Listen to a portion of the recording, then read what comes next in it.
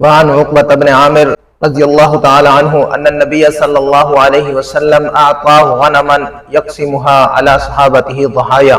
حضرت عقبہ ابن عامر رضی اللہ تعالی عنہ سے روایت فرماتے ہیں کہ رسول اللہ صلی اللہ علیہ وسلم نے مجھے ایک ریوڑ دیا بکریوں کا، میں صحابہ کرام رضوان اللہ تعالی علیہ مجمعین میں اس کو تقسیم کروں قربانی کے لحاظ سے۔ فبقي عتود، تو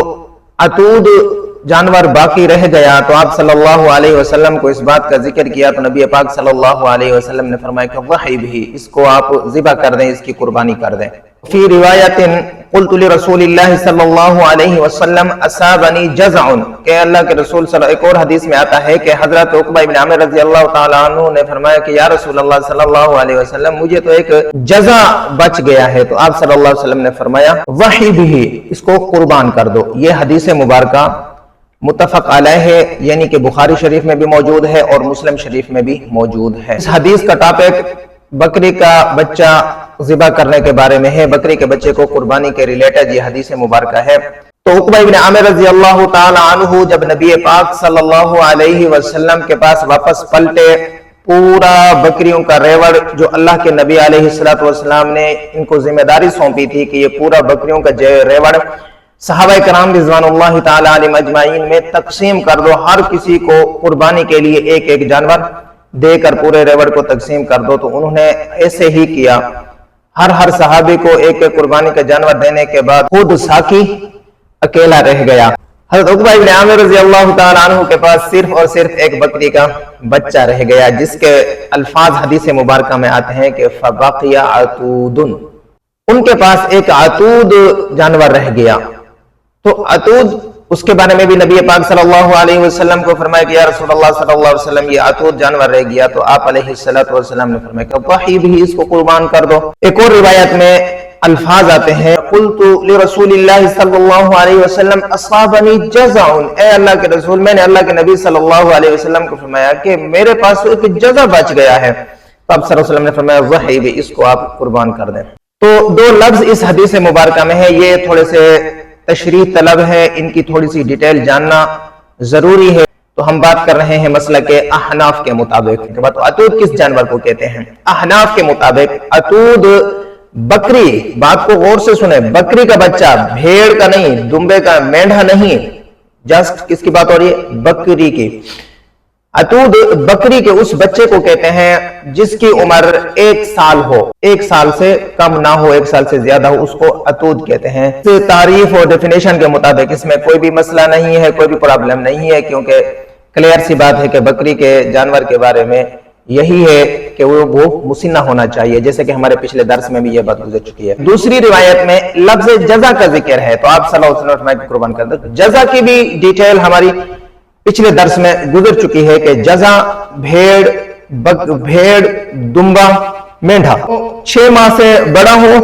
1 سال سے کم ہو، مگر وہ موٹا اور فربا ایسا ہو کہ جو 1 سال کے برابر عمر کے جو جانور ہیں ان کے برابر وہ لگے اپنے فربا پن میں، موٹاپے میں، تو اس کو جزع کہتے ہیں۔ اس میں بھی کوئی پرابلم نہیں ہے، کلیئر سی بات ہے۔ رہی بات عتود کی، تو امام شافعی رحمۃ اللہ علیہ فرماتے ہیں کہ عتود اس جانور کو کہتے ہیں جس کی عمر 2 سال ہو۔ بعض علماء کرام فرماتے ہیں کہ عتود بکری کے اس بچے کو کہتے ہیں جو 1 سال سے کم کا ہو اور 6 ماہ سے زیادہ کا ہو۔ تو اس کے مطابق تو عتود کی قربانی نہیں ہونی چاہیے۔ تو اس کا ہم جواب یہ دیتے ہیں کہ اگر اس تعریف کو دیکھا جائے یا ان رائے کو دیکھا جائے تو پھر ہم اس حدیث کی یہی تشریح کر سکتے ہیں کہ یہ آپ صلی اللہ علیہ وسلم کی خصوصیت تھی، اور اس صحابی کی بھی صرف خصوصیت تھی، ڈیفرنٹ تھا